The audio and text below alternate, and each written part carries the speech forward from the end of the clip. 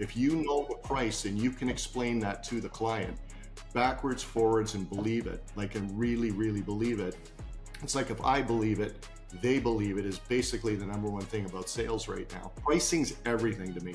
I think if you miss the price, everything you say after that, they don't want to hear it. It's not even close. If you nail the price, you have their listening at that point. Welcome back to the Full Out Real Estate Agent. I'm your host, Mark Faris. Today, we are speaking with Paul Zammit. Paul is the number one agent, runs the number one team in Thornhill. He does, on average, about $130 million a year. And he's been a top producer in the GTA market for, well over 30 years now. Paul, welcome to the show. Thanks, Mark. Nice to be here. Thanks for having me on. Well, Paul, let's go back. We just ran into each other at the airport. We were in Fort Myers together, and I was a little bit behind there, and you're like, "Hey, Mark," and we started chatting, and it was so odd. You sat right behind me. Your seat was right behind me, and we just had a phenomenal chat. We were talking all about the real estate market and how we started, and so you have a really cool story, and you're part Maltese. I just found that out as well. And Yeah. so maybe you could share a little bit about your backstory and how you actually got into real estate. Sure. So I got into real estate when I was 20 years old. And by coincidence, I was working with my dad, and we were doing an antique show. My dad was an antique show promoter. And we had a 3-hour trip to Belleville one day. And I was asking him about his career in real estate. He had been in real estate for 10 years. And he told me for 3 hours on the way to Belleville, his 10 years of real estate looked like. And on the way back, another 3 hours, he told me more about that. And by the time I got out of the van, 6 hours later, I said, that's what I want to do for a living. And then I was 20 years old. I signed up for the real estate course. It was a 5-week course back then, and got into real estate. And that was in 1985. And this year will be my 40th anniversary of being in the business. That's incredible. And so your father being in the business, what were some of the main things that you were able to pull from? He was a top producer as well. You took it to a whole other level, but what were some of the key kind of traits that you took from him that you implemented when you started that helped you be successful? Yeah. So, one of the things that I didn't know, and I did know back then, was that, when I was a kid and I would walk into his real estate office and I would look at the board, and I'd see my dad's name up there about 5 times in a month out of 20 agents, and he was selling the most out of like 20 people, and other agents would have 1 or 2 deals and he'd have like 5 in a month. And I'm like, at that time, probably 10 years old, and I'm looking, he'd take me in the office, we'd stop by, and I go, Dad, like, wow, you sell a lot of houses, right? And, back in the day, I was thinking to myself, like, maybe there's something in the DNA. If my dad's good at this, that I'd probably be good at it. And maybe I just need to kind of pay attention to it. And, whatever it was, he was definitely in touch with whatever his unique ability was at that point. He was a musician, he was a drummer. I became a drummer. I figured if he's got that, I can do that. Really successful realtor. I ended up doing that. But it was just, I think a lot of people don't pay attention to when their family members, or there's a unique ability or some sort of a success in their family, that if somebody's good at something and it's already in your DNA, look at it, because that unique ability is, you're not far away from somebody just completely opening a door for you to say, by the way, if you choose to do that, you'll probably really be good at it without even having to try that hard. So, and then as time went on, I ended up doing a course, an 8-year program. Could have been longer than that, but I did strategic coach with Dan Sullivan. Yeah. And Dan Sullivan was all about unique ability.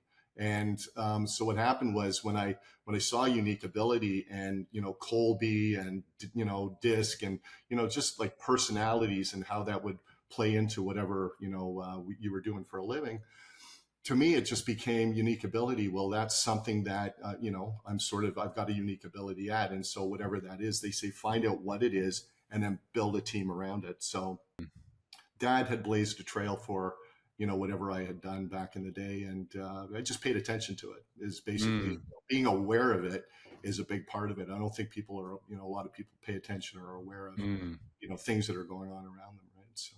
And what do you think your father's unique ability was? What was it that put him up on the board? Do you think like what like he was it he's just naturally good at selling real estate, or like what was it do you think that actually put him up on the board on a regular basis? I think it was his relatedness to people. There was also a simplicity in what he did. He was really good. Like common sense was his thing. He was really good at quick math. And it wasn't so much that if he had to do a calculation, it was in his head and he'd be able to come out with it. And I don't know where that came from. I mean, that was Mm, another unique ability. But when he would put a deal together, he had sort of that focus and that whatever it is that I have, and getting the job done, and just but really good with people. Like, just how do I put it? It was like he had a lot of the things, like that, not back in the Glenn Ross days, like the unique ability or the charm or whatever that was for the 80s or the 70s. It was more he could just he knew, I'm just going to use the phrase, knew the shot. yeah, Back in that movie, it was a very interesting movie. But he was knowledgeable. He was good with people. He always said to me, real estate is like being a detective. Kind of break it down for me. Like when you go into any situation, it's like there's a lot of questions to ask, right? Who the owner is, what's the reason for selling, and it just kind of, he had that whole list to last mentality, or, how, there's a reason for everything. He had all those little nuances or those mindsets where, it would get him by in his career. And it was 10 years. I mean, Dad was in the business 10 years. He was discovered the way Dad, he came over from Malta in the 50s, and he was a musician, a drummer. He ended up playing, he got a house gig at the Blue Orchid, which is a really, high end sort of bar downtown. Hollywood acts used to come in. He was the house drummer for, anyway. So he did that. Music was his thing till about 1969. And then he was selling a house in Mississauga. Him and my mom was selling a house in Mississauga to move to Thornhill. And the agent who was selling the house said to my dad, "You're going to be great in real estate." He could just really tell. He says, "I've signed you up for the real estate course." So it wasn't mm, even like if he asked my dad if you'd be into it or not. He says, "You're just taking the course and it's free and it's on me, and go do it and see what you think." And then he got out of it, and he got through the course. He got through the course and got into the business, and it worked out.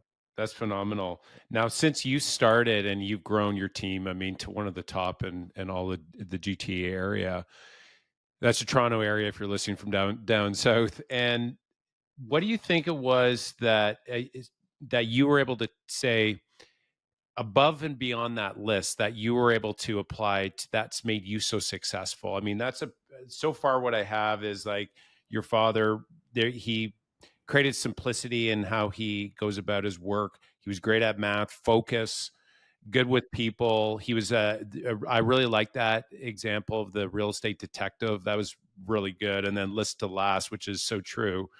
Uh, was there anything else that we'll say that you've applied that has made you successful? And what I mean by that is when you started, you did something to grow. You did something to be able to get traction. And I'm just curious as to above and beyond that list, is there anything that you've applied that's helped you become so successful? It's a great question. Yeah. So I was a kid. I was 20 years old, and I was, and the average age in real estate in 1985 was probably 40, 50 years old. When I was 20, and my friends were saying, "You're getting into the real estate business. You're too young to get into the real estate business." And so I said, "Yeah, well, I'm going to give it a shot and see how it goes." And one of the things that happened was that, I had a manager back in the day when I started off with Royal LePage in 85. And she looked at me, she said, "So you're in a business where, you don't have gray hair or whatever, and you're going to have to work twice as hard to be able to earn, people's trust because you're a young person." So then, at Royal LePage back in the day, there was, the farming thing was, they were talking about farming in the early days in 1985, just as farming was starting to become a thing. And then I kind of figured out farming and, doing that. And I stuck to an area that was about 300 homes. I was in Mm. North York at the time. And then, growing up in Thornhill, I kind of moved the farming into Thornhill and been doing that with bus shelters and flyers and shelf, bus benches. But I always had a thing in the early days where no matter how many flyers or whatever I would actually send out, I'd always want to speak to almost everybody in my farm area. Once, have a little bit of a note. If you were to move, where would you move to next? Get to know them, that type of thing. And there'd always be that little bit of a note where I could reflect on that, I talked to them about something. And then, it was more like, from time to time, from 85 to say 1989, what I did was I worked for about 3 different companies. And then in 89, believe it or not, just before the market crashed, when, I don't know what you call it, Black Monday or Black Friday in April of 89, I was actually taking my broker's license to open up my own company was my goal. And I was an assistant manager for a company called Family Trust back then. And then when I got my broker's license and I finished my assistant manager gig, what happened was the market crashed. I was an independent and Paul Zammit Real Estate. And what happened was big companies were folding left, right, and center in 1989, 1990, 91, 92. And I had control of my funds. I knew what was going on. But if I was belonging to a big company at that point, you had a lot of commissions that you might lose. So it was just kind of fell into like the right place at the right time as time went on. And another little thing that happened to me as well back then is when the recession came, I had a colleague friend who worked for a new home builder, and he was the top agent, believe it or not, in the 80s, 85 to 1990. And I can mention his name. His name's Larry Kalmanson. And I remember seeing him when I was, the first 5 years in real estate. I don't think stats were mentioned as to who the top agent in the city was, but it was him back in the day. I was a big fan of his, and I ran into him at an open house, and I shook his hand in 1988. I said, "Listen, I'm a big fan of yours. I know you're probably the top agent in the Toronto Real Estate Board in 1988. I've been in the business 3 years." I said, "You're blowing my mind. Whatever you're doing, keep doing it." 2 years later, I ended up selling one of his listings in Newmarket, and he was the listing agent of a house where these people had bought a house in Stonehaven where he was selling houses for Regal Crest. And then what happened was from there, he said, after I did the deal with him, he says, "Come by, my wife and I want to talk to you." And then I became the backup resale specialist for Regal Crest for about the next 4 years. A lot of my business came from Thornhill, or Markham or Scarborough, where people were moving to new market. And I sort of built my farming around what I was listing. And that was part of it that kind of, springboarded me into, a little bit of what I am now. Yeah, that's phenomenal. So there's a few really good stories there. I mean, when you going back to the beginning when you started your farm, I really like that you actually made it a point to have conversations and get to know each of the. How many people were in that farm area when you first started? That's a good question. Yes. So I was, my area where I started off and I grew up, I always looked at, like where I delivered, when I was a kid, I delivered newspapers, and you call Yeah, it the Baby Fairways neighborhood, right? I mean, my parents had that worker bee mentality, right? And in the 70s, they, almost worked about 6, 7 days a week. As a kid, I ended up delivering the Globe and Mail to Baby Fairways. I ended up doubling my route. I wanted to switch to the Toronto Star and give the Globe and Mail a boot. And because I'm waking up at 6 in the morning as a 12-year-old kid delivering newspapers, right, for yeah. 2 years. And then I called the Globe, and they said to me, "Well, you can't quit because we have to replace you." It was hard to find a person that would wake up at 6 in the morning and want to deliver newspapers. So anyways, I took on the Star. I was delivering both the Star and the Globe. And then what happened was that area that I grew up in, I said to myself, that's an area where I know a lot of people. So I'm going to stick to Mm, that. That's where I grew up. smart. So when you think about roots and you think about where you already know people probably for 5, 10, 15, or 20 years, I think the big mistake a lot of people make is they kind of go into areas where they want to, they're new to the area and they want to break in. But if you want a little bit of a head start, you can look at where you grew up or, who you know. And so I did that. And so as time went on, it was more like I, either played baseball with, the sellers' kids, or hockey or golf or tennis. I played a lot of sports when I was a kid and involved in a lot of different things. And Mm, then calls kept coming in. It was more like, hey, isn't that friend of yours, Paul, in real estate? Isn't, I was about 23, 24, 25 years old at the time. right. And then, and certain areas have a lot of turnover back then, right? Where all of a sudden you'd get 10, 12 homes out of 350 to 500 houses selling a year. And then you'd have years now where it's not as many, but you take on of a broader area. So that expanded from 350 to about 2,000 to 5,000 to 10,000 to 20,000. Now I think my farm area is about 30,000 homes. Yeah, that's phenomenal. And that's really great insight. It's like to go where you already have a head start, where you already maybe you live there and you have a connection already within a certain number of those homes that you start well ahead of somebody else coming in. That's really good. And I think that same idea applies to any sort of networking groups as well, not just like a physical farming area. It's like, what do you do well? What's your, you, we'll say your unique proposition or unique advantage or your uncommon differentiator, something that you maybe do really well in, or you're connected to. Maybe it's sports. We have one guy on our team. He's like his kid's sports. He is at all the games and he's networking, right? And I like double down on that. That like go do that. Do that better than anyone else in the world type thing. So I really think that's smart the way that you did that, and then you've had to evolve up. But now that you've invested in and then you start to get profit from that, it's like you're doubling down, and so growing on profit versus coming in and just trying to buy a market where it's time right now. did when did you start seeing results on farming in area? Is it like after 3 months you start seeing? Is it after years, after 3 years? And where was like the biggest growth area from when you started to where you're at right now? Well, I think it was more like um, so when I'm looking at as I stayed in it and I focused, I mean, I started to do things like as I grew, it was more like, open houses were a good thing. And then there was more like when you're farming, it's funny, like sometimes people buy a house like right across the street from where they live. So you had these, very interesting situations and transactions where, people would move up or downsize in the same market. I found that, 60% of the time people would move within about a 3 mile radius of where they already lived. So there was Mm, that sort of accumulation effect that was starting to happen a interesting. little bit. Yeah. And then, back in the day, some people didn't want to just kind of be slotted into one area because they would think they would become Fonzied into, oh, I only work that area and I can't work any other areas. I mean, you give up something to be able to be known as a specialist, but you also gain a lot too. So for me, it was like, a small company back in the day. And, there's another part to this leg of my journey that actually, evolved where from 1989 to 1999, as, the recession was there. And then in 1996, when things started to turn and get better, I was growing, but I had ceilings of complexity in my business where all of a sudden it would be like, okay, I'm not small anymore. I'm starting to get bigger. I'm starting to do it all myself.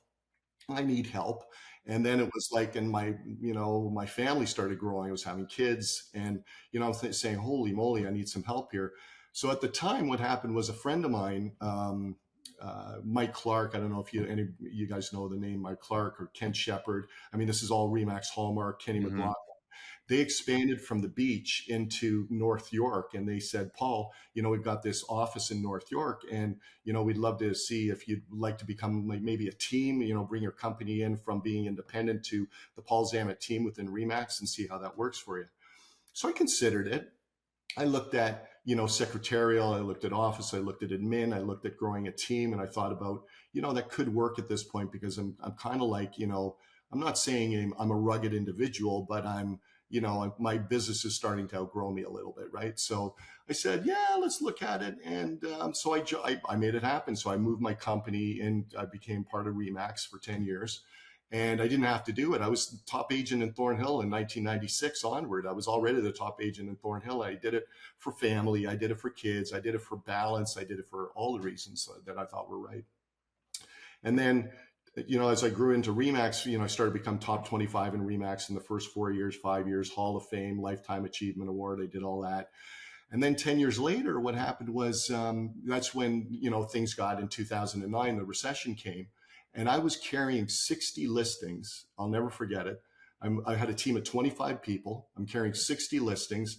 I'm selling about a listing or two a month. I've got my overhead, and things are accumulating. And I thought, this isn't. And I didn't really. I had an office at Remax, but it wasn't what I would say, my ideal situation. I was traveling out of Thornhill to North York to go to this office that I was at or whatever, but then I'd be traveling back south again to come into Thornhill. So I said, why don't I have an office in Thornhill? That's way better.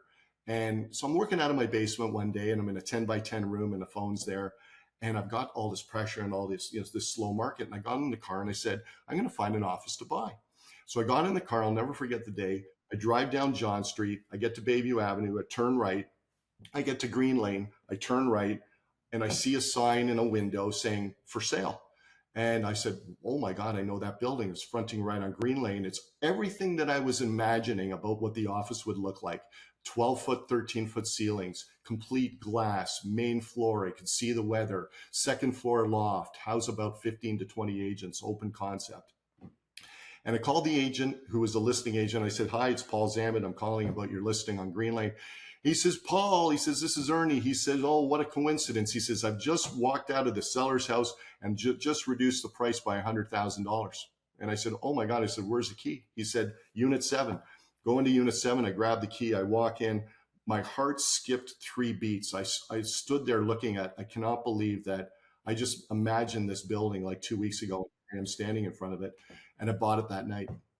And so I had to go back to Remax and say, just because of what I wanted to do, I said, I'm moving to Thornhill, and it's closer to my market. And they said, well, do you want to stay with Remax still? I said, yeah. They said, but you'd have to change to another Remax because we don't have that grid. And Yeah. at the time, I wasn't really ready to change the company. I thought, if anything, I'll just go back on my own. So I went back on my own, left Remax, brought about 10 agents with me, and within 3-4 years, business tripled, just tripled from where I was at Remax. And I look at that, moment, that crucible event or whatever that had happened at that point. And I just said, what are the odds that morning I drove out of my, I got out of my basement, drove down the street, bought that building, and everything just became. So that office is right in the center of my market. Mm. It's been now 16 years, and it's just an easy, that makes working really easy when you've got that. It's just down the street from where I live, and a place to go, and it's nice. So when you went on your own, so the location, that was something actually that we were running up against when I was with Roll of Page as well. We were going into Midland was a market actually just north of Barrie, which is north of Toronto.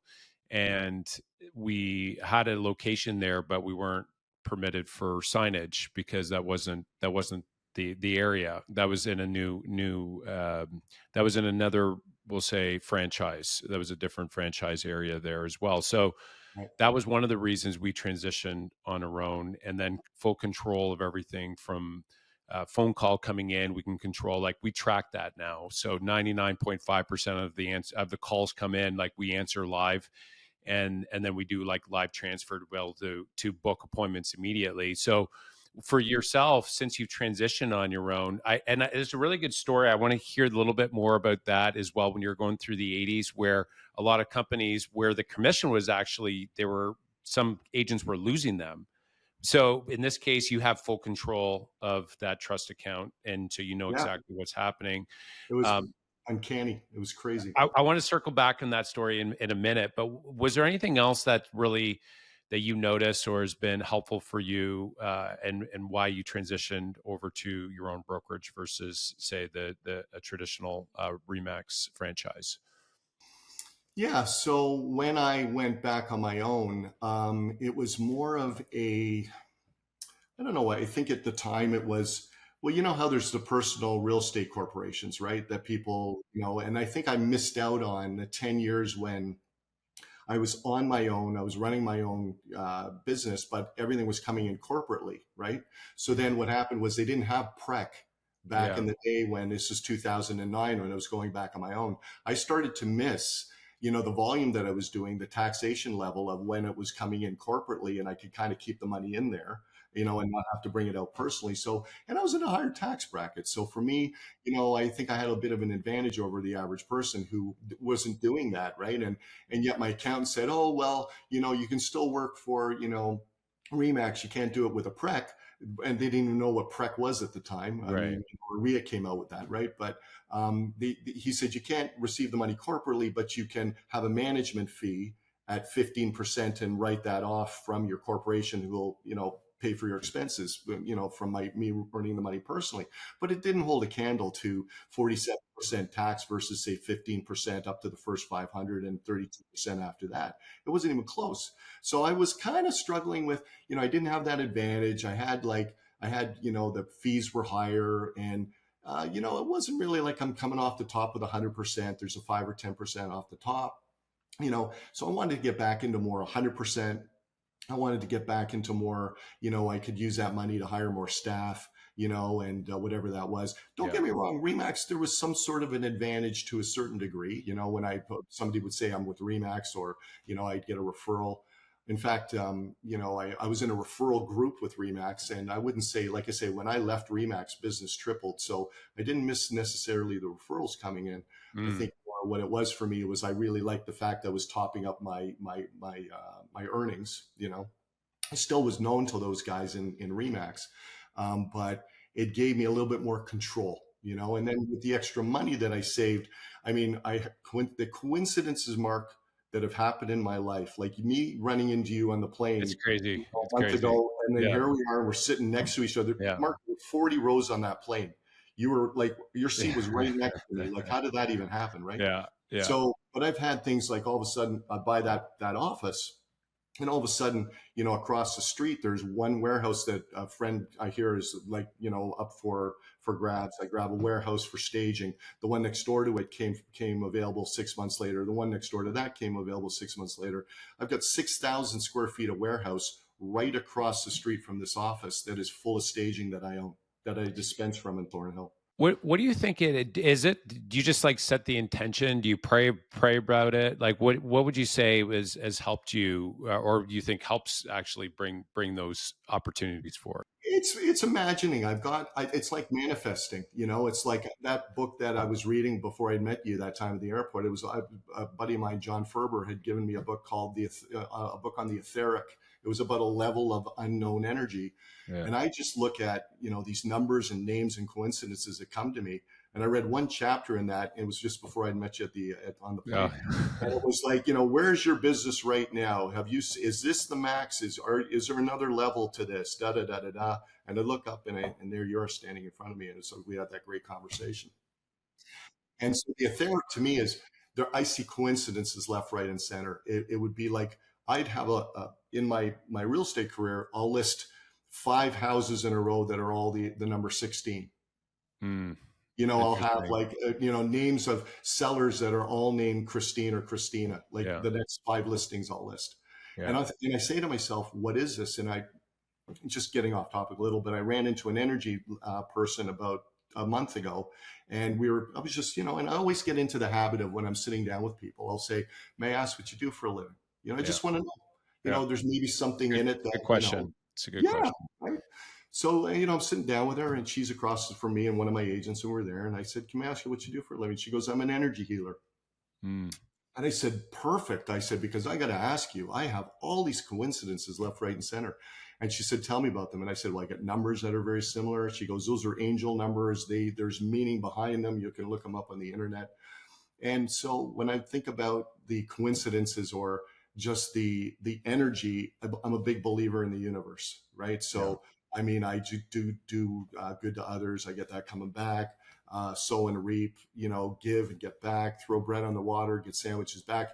Any of those sayings you want to come up with, I'm a big believer in it. But so I guess, coming back to where I'll go up for a listing appointment. If I don't get the listing, the next day, the phone will ring and there'll be 2 more listings coming my way. Right. And there's a big belief like, one door closes, 2 doors open.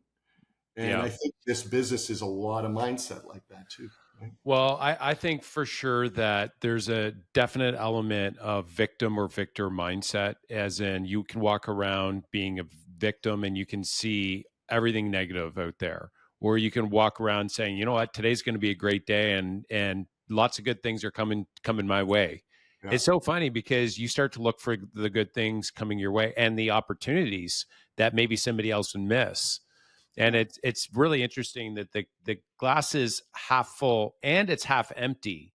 But what do you say? What do you see? Is it full or empty? Is it a positive thing? Oh, I'm thankful that I have a half glass half full, or am I disappointed that, oh, I'm missing half a glass? What's going on? That's expectation, Right. right? Yeah, Expectation is a big part of it. 100%. And this is where when you're walking in an appointment, we see this with agents. They'll go in and they'll bash the house to the seller and they'll say it's a negative market, it's horrible, and it's like they're trying to beat up the seller. And then somebody else going in there and basically it's like everything positive about the house and positive about the market, and it just sells. Like, to me, you get a much better result if you're coming from a place of glass half full. And I think a lot of agents don't have, especially over the last few years with what's been going on. Is easy to have more of that, we'll call it a victim mindset.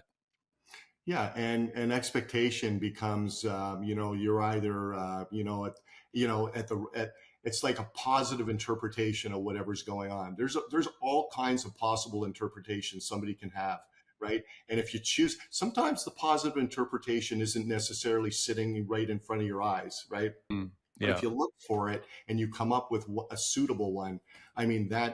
that solves a lot of lack of expectation or the wrong expectations that you might be thinking. And life is what you think. Yeah. And this is one thing that I've noticed consistently with top agents, and you're no different, is, what? Okay, the market is what it is, but I'm doubling down now, and it's good, and it's like it's great. Like, I'm doubling down now, and it's not. There's no victim talk in any of it. It's more like, here's how I'm actioning on this, and I think today more than ever is when you actually have to be that mission focused. Otherwise, you just get consumed in all the negativity out there. And it's, I mean, you just start talking to a lot of people in the market, and real estate's horrible, right? But based on what I've seen in the past, when the market drops by 25-30%, that's a really good time to buy. Really good time to buy. And so everything's at a discount now. So some people would see that, oh, maybe sales are down and this or that. But I'm like, if you're in the market to buy a home and there's, we're talking tariffs now, we're talking negativity, interest Yeah, rates are still high. I was like, you want to, you know, marry the house and date the rate. I've heard that recently, and I like that. It's like the rates are likely coming down. Like, lock in your low price right now, because material costs is not going, it's not going down. Material costs, like, to be able to build a home. And we know we have a lot of buyers sitting on the sidelines. What you're going to wait till the market goes up 25% before you buy? Like, this is the time. Like, we got to go shopping today. And so I think that a lot of clients need that encouragement, and they, rather than an order taker, they need a guide to say, hey, like, let's do this, and this is why this is good for you, rather than, here's the information and you make a decision. It's like, no, I'm going to help you make the decision for you, and down the road you're going to look back and be like, oh, thank you, that was so amazing that you helped me make that decision. right. Yeah. Yeah, there's a lot going on right now with interpretations of whether the market's going to be good or bad. I mean, when you look at COVID recently, like for about a month, people didn't know what to do. And then all of a sudden the rates dropped and everything got really good. And this could be very similar, but in Yeah. the sense that, the small things like your day to day things are going to change, or inflation may change. But, with that'll come maybe a rate drop, an extreme rate drop, and all of a sudden we'll be in our own little micro economy that is sort of relying on our own. And real estate, when people think, maybe it's time to sell, maybe it's time to cash out or do whatever, that could be the thing that the real estate market sort of needs right now. So it may go from like feast to famine, or famine to feast, who knows. I, I'm in that same boat. I think based on the last few years and the amount of pent up demand that's happening right now, and generally what happens in an overinflated market is, because I track real estate cycles, and the overbuilding, like we see it in the condo market, there is way too much overbuilding based on, so there is demand. So what happens, you have an increase and then of demand, and then build, a lot of building happens, and then they overbuild, and it gets past the point of equilibrium, and then what happens is they continue to build, and the demand goes down, and then you have overbuilding. Well, in the single family space, that just hasn't happened yet. And so this is where interest rates are that jumped up. That's more of a black swan event. But as they're starting to come down, the fundamentals are still the same. And so this is where I think this is one of the best times Yeah, to buy right now. And so that's where the clients need encouragement, right? And so I think that's where, for the listeners out there, it's like be a glass half full agent versus a glass half empty, and things will start to come together. I think a lot easier. I agree. So Paul, you're from a transaction standpoint, it's unbelievable what you would be able to do in a year, and you're actually a little bit on the higher side, about 1.4 million as your average sale price as well. And so, just approximate how many transactions on average over the last kind of handful of years would you do in a given year, just so the listeners have Yeah, some so as my context average on that. price has gone up, my units have gone down because it's harder to sell in my market than it Yeah, is say, in your market, right? So, the same house in my market will go for like 1 point, I don't know, 7, but they'll travel up to Mark Ferris country and they'll pick up that same house for 900 or a million yeah, bucks. that's right. So I'm constantly reinforcing, the level of why people should buy and pay more for the land in my area, say, versus Vaughan. And Vaughan, when they cross Young Street and they go into Vaughan, they're going to get 40-foot lots and 35-foot lots, not a 50-foot lot. But you've got the older homes. So I'm in a sort of a kind of a, you need, people need to kind of get help a little bit with understanding why they should buy in those areas. But one of the things in my area that seemed to be the thing that keeps bringing people back is school ratings. Like, I don't know what it is, but Thornhill's got incredible school ratings. Like the Baby Faris Public School, the actual area that I live in, has an EQAO score in 2023 of 9.9 out of 10. And in fact, I think they hit 10 out of 10. And that for people, just, and their kids, they look at public schools and they go, they want to be in that school district. So it's changed from, it's not necessarily the bricks and mortar. It's changed to the area. It's changed to like that school. It's like, it's that it's all about the kids, when you think of Hmm. families. So they pay those premiums sometimes for, it may be a little bit of an older house, or it's not, it's kind of like what Rosedale went through, right? It's like it's got that name, but it's like older homes, but something about that niche or that area keeps people coming back. So, Thornhill at one time was very suburby. Like it was kind of like, your new market at one time, but it's been as, Yeah. now it's more as close knit to say Toronto and North York than, it's ever been. So, Hmm. but one of the things as well with my area is that when you cross Steeles, there's only a single land transfer tax. When you're south of Steeles, there's two land transfer tax Yeah. in Yeah. Toronto. So that's some good So, motivation. yeah, so my market, it's less as I've come along. I mean, I was doing, I don't know, probably back in 2016, 2017, something like 200 units. I'd be selling a Got year, it. 175 to 200, and now, anywhere from 100, 110, Yeah. 120. I mean, it's come down, but don't forget, volumes come down sort of everywhere. Like units We've have, seen except we've for seen you, that. you see No, the, I don't know how we've seen the same thing. So it's across the board for number of sales are down. Average sale price is has come down, of course, from the top of the market, at 22 to 21. But where I was going at with the transaction count is, and to be able to grow to that level, what habits have you implemented, or have you maybe had to change over the years in order to do that kind of volume? uh, because you're pretty hands on as well. So I know based on our conversation, it's incredible what you're able to get done. What productivity habits have you implemented through the years that's really helped you be more productive? Well, it's living close to my market. Like if I'm selling a house, I'm 2 streets over. That carbon footprint for me, and my office being, like a 1 minute drive, and my staging warehouse being across the street. You can do a lot when everything's at your fingertips, right? If I'm getting into traffic and I'm traveling to here and there and to, 5, 10, 15 miles, and I've got to, and don't forget technology. People can sell from a lot of different places right now. You can do it That's from a right. computer, and but the whole idea with the implementation is really getting good at pricing is the number one thing. I remember in strategic coach when I was taking that course, there was the guy who was a coach for it. It wasn't Dan Sullivan, it was another guy, another Dan. And he had mentioned, he was going around the room, and strategic coaches is a program that's made up of a lot of different businesses. There's realtors, there's plumbers, there's insurance people. And, he was going around the room asking about value add. And he said, in your business, what do you think the number one value add is for you to your customer? And we all looked at each other, and I'm in real estate. I'm thinking, I don't know, it could be, standing on my head. It could be, I don't know, it's marketing. It could be that. And he looked at me, he goes, I think your number one value add, you could do a lot of things, is coming up with the right price or the judgment. If you know the price and you can explain that to the client backwards, forwards, and believe it, like, and really, really believe it. It's like, if I believe it, they believe it, is basically the number one thing about sales right now.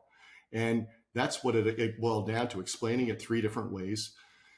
And I think that, when I think about the number one habit that I would get into as to being a specialist and why my pricing would make sense and how to get it done in a timely fashion, I think that's what's gotten, my level of getting through to people or helping them understand that I'm the right person for them. So pricing's everything to me. I think if you miss the price, everything you say after that, they don't want to hear it. It's not even close. If you nail the price, you have their listening at that point. And what would you do before an appointment to take us through your process to be able to get that price right? And by the way, I think this is not talked about enough in the industry. I think it is massive as well. And as we're conversing on this, it's like going back and, the appointments that maybe started going a little bit off track. It was, that we were off on the price a little bit based on, and we didn't get feedback from them the same way. And then the ones that were like, we nailed it. It was like the relationship just went a lot better and everything flowed. Exactly. So there's wisdom in what you're saying, but take us through your process there as to how you ensure to get the right price and how do you communicate it? Yeah. And I'm not, I learned at a really early age in 1985, 86. I had a really, really amazing manager at Royal LePage. And she said to me one time, she said, have you heard of the two-step approach? I said, no. I said, what's that? She goes, well, that's where you go and meet the people. You're not ready to give them a price right now. You're going to go back and you're going to consider everything and you're going to represent. And you're going to bring whatever to the table, and you're going to use that learning, to be able to take your time and come up with the right price. I don't do that all the time, but is it something that if I need to have a meeting first and I want, I think it's a complicated one? Absolutely. Am I ready to give, if I have all the people present, a price at the time and be able to show?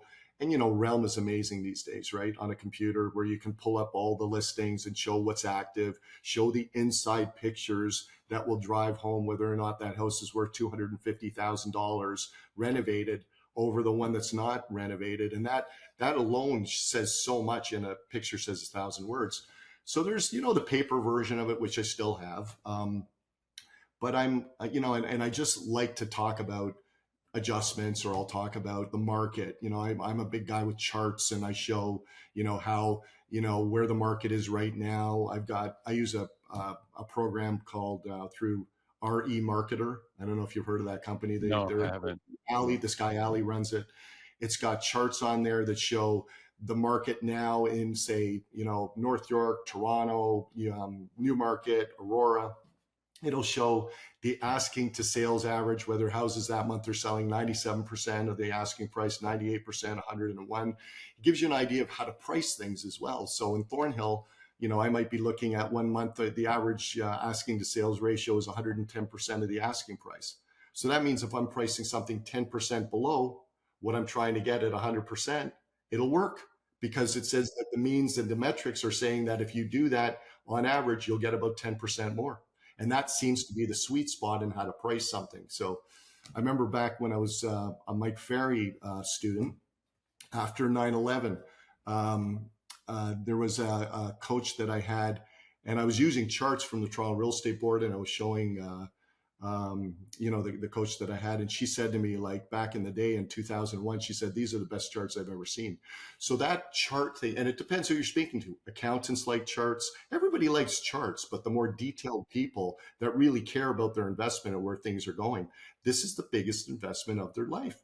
The more information you can give them as to what happened in the last couple of months, if prices are up 5 or 6%, they want to know about it. It's going to play right into why you're showing that information versus another agent who may not be ready with that info. I mean, that to me, and I put myself in a situation, if I'm selling a house and an agent comes to me and they've got all that info, I just think they have their act together. I think to myself that this guy's so got that his thumb or his finger on the pulse button, he's going to know before anything happens, as to whether or not I'm going to be priced right, or at the time I'm ready as to how to price that. Mm. It's like it's a walking encyclopedia, right? So It's so good. And people are looking for market experts. Like they're not in the business, although they'll look on realtor.ca or, down in the US, Zillow and Redfin and all the rest of them. But they ultimately they want a professional to tell them. And so what you had said about the two-step, that's actually interesting because one of the things that we found through the years is we'd go on an appointment, and generally we'll do it in one case, especially if it's like more of a cookie cutter property. But yeah, we'll call ahead and we'll just say, hey, we're letting you know that we're on our way. But if they're like, oh, and we say we're looking forward to meeting you and Sally or you and John or whoever we're speaking with, right? And then what happens is they're like, oh, John's not available, he couldn't make it today. Oh, so that turns into a two-step for us, because at no point should you try and present to one of the decision makers. And so we'll go in, we'll do a full tour, we'll go back and we'll do our extra research at that point, but we'll make sure that both people are there. And so you've probably done that before, back when you were more in the early stage, where you'll just do it anyways, and there's only one person there, and you realize, oh, they can't make a decision. And then what happens is that one spouse is trying to explain to the other spouse when you're not there, and it's just they're like, well, what's the fee? And it's like, oh, they're trying to explain what the value proposition for you. But right. so that turns into a two-step there for us. But generally, if it is like a farm, or like you had said, it's more complicated, for sure, generally we'll go back and do some more research. But if there's only one there, it turns into a two-step for us, for sure. That and it, I mean, even with my team now, I say take your time. It's like, what's the rush? And I'd rather come in, like I say, the number one thing for me is pricing. And if the seller feels really good about the pricing, they're going to feel good with us. Like we take our time and we're not rushing, and just making sure that we get it done right. Right. So that's the number one thing. I'd say everything else is. I do a lot of open houses. I'm a big believer in open houses these days. There's a lot of stuff off the table, like cold calling's off the table. Half the time you're knocking on a door, somebody's scared that, this could be somebody trying to break into their house. I mean, open houses are people that are coming to you. And I think when you grow, I mean, with my scalability, if I end up with 10, 15, or 20 listings, there's only one of me. Well, there used to be, but now, when I get to that point and I have 15 or 16 people on my team, everybody can kind of take a house and do an open house on the weekend. And I tell people 50% of agents, 50% of the public aren't necessarily working with agents right now. They're looking for that open house to be able to come in and look around on their own. They don't want to call an agent. They just want to scout on their own. They'll figure out whoever they're going to hire. And it's like I tell people, I say, when you walk into, if you're going to buy a dress or a suit and you walk into a clothing store, if you're going to buy that suit that day, it doesn't matter about the salesperson. That person's just going to make that transaction. You're going to be there to put the transaction together. That's one way, which is they're going to buy the product, and no matter who's going to be there, they're going to get lucky. Or they're going to walk into that house, they have no intention of buying, but they run into you, they like you, they've got a good fit, and they want to work with you. So there's both those possibilities of that happening. And I say, if you don't do an open house, you're never going to have the opportunity to meet anybody, right? So we have some sign companies that put our signs out, and it's 2 hours. I tell sellers, you might end up with 5, 6 people coming into your house. You heighten your awareness and your marketability, and my guys are good with it. So we try to make sure that we get out and we work on the weekends. I tell people sometimes your weekends are like people working 5 days a week. The weekends are sort of prime time. Yeah. And try to do all your other prospecting during the week if you're going to do that. That's really good insight. And I've had it before where I was at an open house, and the sellers were actually going and they were shopping for their agents in open houses. So they weren't even looking they were shopping for their agent. They wanted to meet and they wanted a little bit more lax. And Yeah. so they actually said, yeah, we're actually looking for an agent right now to sell our house. We're not actually looking. And I'm like, oh, that's great. Well, let me drop by and we can sit down and go over, what the market's doing and what we do. And anyway, so that's really good. And if you don't take a shot, if you don't show up, you don't put in the hours, you just won't get the opportunity. And so I think you summarized it really well.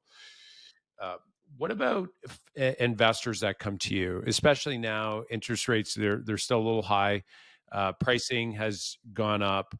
If you have a real estate investor that comes to you and says, "Hey, I want to buy real estate. I'm not looking for my primary residence. I'm looking to park some extra capital." What challenges are you facing now in this marketplace, and how are you handling it? Well, I mean, it's it's uh, it's like you and I have talked about, the differences between the U.S. and Canada in terms of like, investing in the U.S. and investing in Canada. I mean, right now, in Canada, you've got you've got higher interest rates, you've got high prices, you've got tenants that have a lot more rights than landlords do, and you've got a lot of what I would say, you've got to come up with a lot of down payment to make Yeah, those investments really work. And then when you look at what's like Florida, for example, right? It's sort of the opposite. Landlords have more rights than tenants. There's way more returns on your rents. There's all of that. So I don't know. I think it's more of a hybrid in Toronto right now. It's like, when somebody's going to be buying just for investment to rent out the basement and the main floor, there's that. Or, there's buying something duplexable, right? They're living on the main floor, they're going to rent the basement out, or they're going to you're going to live in the basement, they're going to rent the main floor out. Or, with Toronto now, there's like buying a house and you can build a second property in your backyard.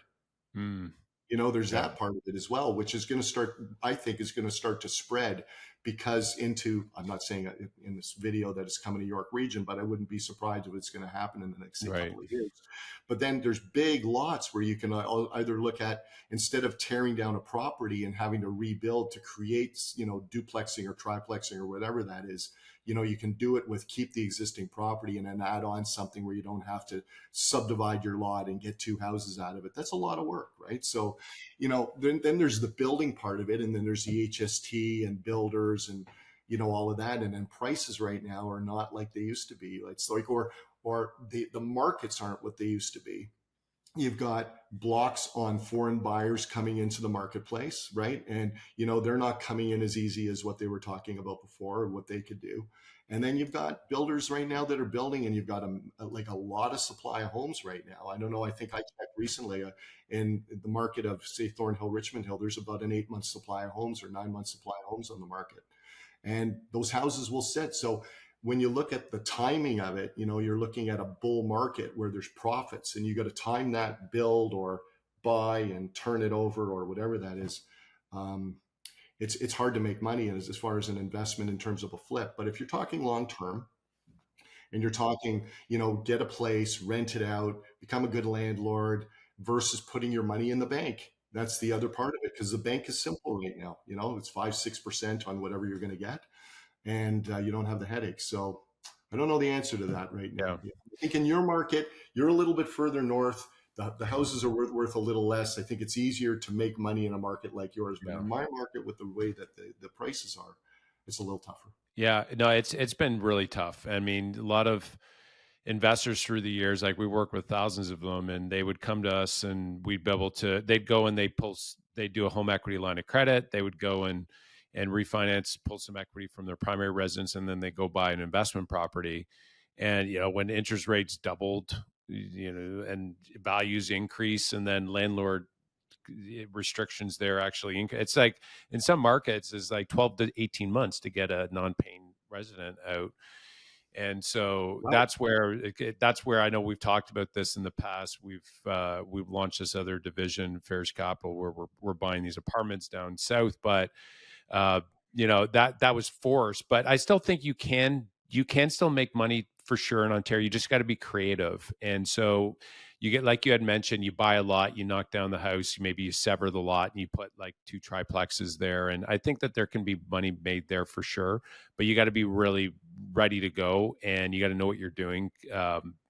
And but Ontario long term, though, I still think that is going to do well. I think long term, but you just got to be ready to hold it out, and it's going to be harder to cash flow in the meantime. So, um, but yeah, it's been tough, but definitely, I mean, listen, bottom line, I think everybody, if you can, you got to make sure you own a house, because the average net worth of a homeowner, it was at 207,000. Average net worth of a renter is 6. So you probably have you probably have some buyers out there, Paul, where it's like, I'm just going to wait for the market to drop even further, and you're like, what? And they're renting in the meantime. It's like, please just buy right now and just hold, because if you're gonna wait a real long time, because as it starts going up, what's going to happen is you're going to always go back to the price that you knew you could have got it, and it's always going to be too expensive. You're never going to get in, and you're just going to miss out on that whole rise. Yeah. That's true, and then they gotta make a decision. It's either take the chance, and long term, it's not going to make a difference, right? It's like if they're 10 years, 15 years in a hold, markets will go up and down. It's not going Yeah, to change too much, yeah, right? yeah. Yeah.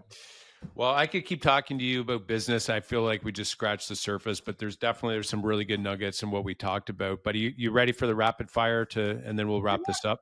sure. All right. So first question is, what's your favorite book that's made the biggest impact in your career? I would say Dan Sullivan, The Laws of Lifetime Growth. Always make your future bigger than your past.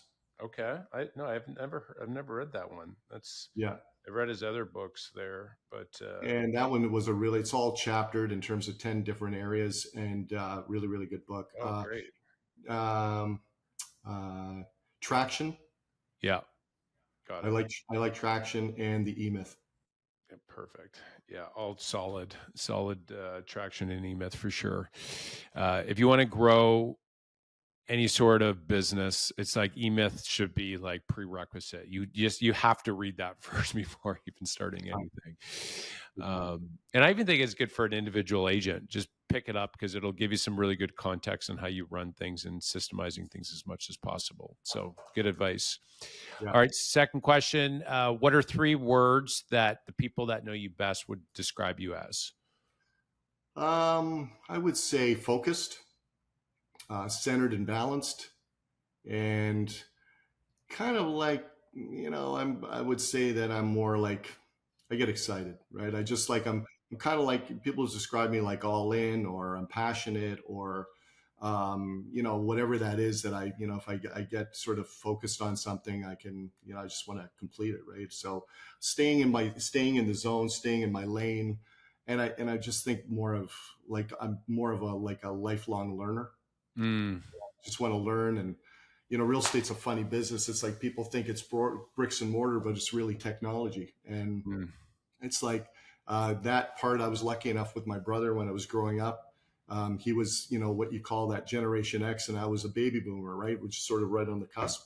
And I was like, oh, this computer thing, I don't know if I can keep up with it. And my brother said, no, man, no, you oh, let's figure this out. This is I have a Mac, I'll show you. yeah. And then going through that whole, when I was the first, 1985 onwards, it was all, focus on, computers and stay with that. So that focus part is, I think Yeah. a big part of, who I am. Yeah, that's great. It's good you had that buddy there beside you, encouraging you. We all need more of those in our life. So that's pretty cool you had that and have that. Okay, cool. Final question is, what advice would you give the listeners that are maybe just starting out in real estate, or maybe they've been in it for a number of years, but they want to take their business to the next level? Yeah. I would say if it could, the business becomes overwhelming, right? I mean, with whatever you're going to do, it's like now when I was in the business, there was about 18,000 to 20,000 agents. I don't know. You tell me, what is it now? 100,000? Over, yeah, and on Toronto it's over 70, and I think in Canada is over 100, and there's like 2 million in the US. Right. Right. And what it is there's this overwhelm, right? Which is, what am I going to do to start out? What's my expectation about how many deals I want to do a year? And what do I need to do that? versus say, I'm going to pick 20 or 30 deals I'm going to do this year, but you don't have a roadmap to be able to do that. Your expectations up here, but what you're really going to be doing work-wise is down here, and you wonder why there's a gap. Right. So get consistent with what you're prepared to give up. And that what I call, it's not priorities, it's posteriorities. It's like prioritizing is like, okay, I'm going to make this a priority, but what are you prepared to give up in your life to be able to get to that level? Like, what are you going to stop doing? And you called it, what was it, the word that you used? Posteriorities. Posteriority. Posteriorities. It's a Brian Tracy. I was a big fan of Brian Tracy growing up. Yeah, no, I've never heard that though. That's really Yeah. smart. And it's so true. You do need to give things up. It's like, you can't just keep putting more chicken in the fridge. You have to take some things out. Yeah. And it's like, it could be lifestyle. It could be what you like to do. It's like, or even, it's energy. It's like, somebody told me at one time, it's like, you want to do 20% or 30% more business. You need to work out 30% more. You need to, eat right 30% more. You have to, there's something to whatever you want to do by increasing your outputs. Right. Mm-hmm. Yeah. And it's like, it's what you're going to give up to be able to gain. And a lot of people aren't present to that. They're not prepared to give up anything. They just, they're figuring they're going to keep going. And there's a lot to it, right? There's so much to it. It's like, and if you're, I guess the other part is, it's maybe a little easier if you get on a team when you start off in the business, understand, what it's like to be on a team. Like, you've got a great team. You've done fantastic, growing your business. I think it's because you're Maltese. That must be it. That's the secret weapon. So people ask, they ask us, right? How do you grow a team? What's the secret? It's like, listen, it's the Maltese in us, right? And for those of you that are listening, Malta is like the third smallest country in the world, and Paul and I both have some Maltese in us. So that there was kind of an inside joke. We're not telling this is a kind of a joke. So hopefully you don't take this as I'm not Maltese. I'm not going to be good at real estate, but yeah, there must be, right? It must be the Maltese. So what I'm saying is, it's that, when you look at your, a team that's established and somebody walks into that, there's a structure there, right? There's a lead system, there's there's direction, there's all of that. And, it's like with structure, whatever you're going to get into, it's a faster path to be able to get to where you're going to get to. Some people appreciate teams. Some people don't appreciate teams. They say, well, maybe the grass is greener on the other side. And I've had people I've worked with teams that have, been on my team and left, and nothing's happened. I've had some people leave and it's been okay for them. And, it's a good way to start. Right. And, but learning, it's the key thing is, and the number one thing I tell people is always protect your confidence. Whatever you're doing, it's like whether you're in a good team or, you're in a situation where you need that confidence going on a listing appointment or whatever it is with people. It's always look at what's giving you the confidence to do that, and always protect it. Well, that's wise counsel from a wise man. Paul, really appreciate you coming on the show. Now, how can the listeners reach out to you? And so maybe you can say the markets that you work, and then how they can reach out if there's any agents that want to send you business and refer business your way. We're in the Southern York region, south of your market, right? So we're like North York, Richmond Hill, Vaughan, Markham, we'll do Stouffville, Woodbridge, Midtown Toronto, that type of thing. And I'm at www.zammit.com is our website. Paul Zammit's my name.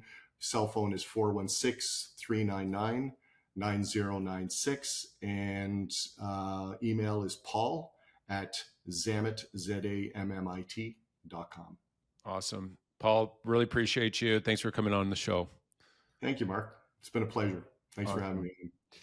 Well, thanks for listening, guys. If you like the show, please share and subscribe to the channel, where we are building a community of full out real estate agents. I love you guys, and keep on going full out.